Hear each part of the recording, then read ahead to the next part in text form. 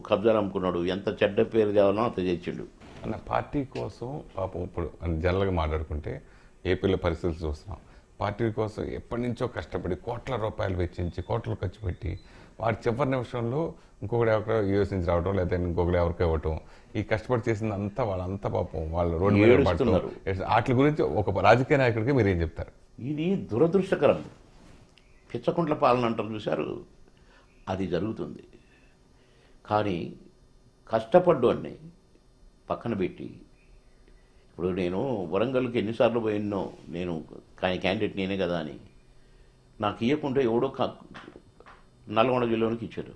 అసలు వాడికి ఏం సంబంధం లేదు, వాడు నోవే కన్సర్న్. నేను ఆడు పుట్టినోడిని, న్యాయం అది కాదు. కానీ అదే జరుగుతుంది. అందుకని చాలామంది వెళ్ళిపోయారు.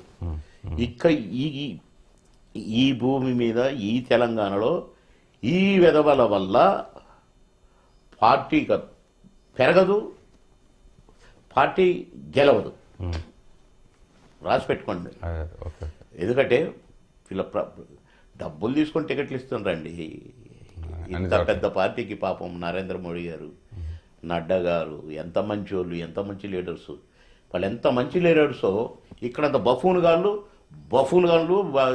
బయలుదేరారు. మీరు కేవలం సినిమాల్లోకి చేయకుండా రాజకీయ వెళ్ళడం వల్లే మిమ్మల్ని ఇండస్ట్రీ కొంచెం దూరంగా ఉంచింది అనుకుంటున్నారా? ఎందువల్ల? లేదంటే అది ఒకప్పుడు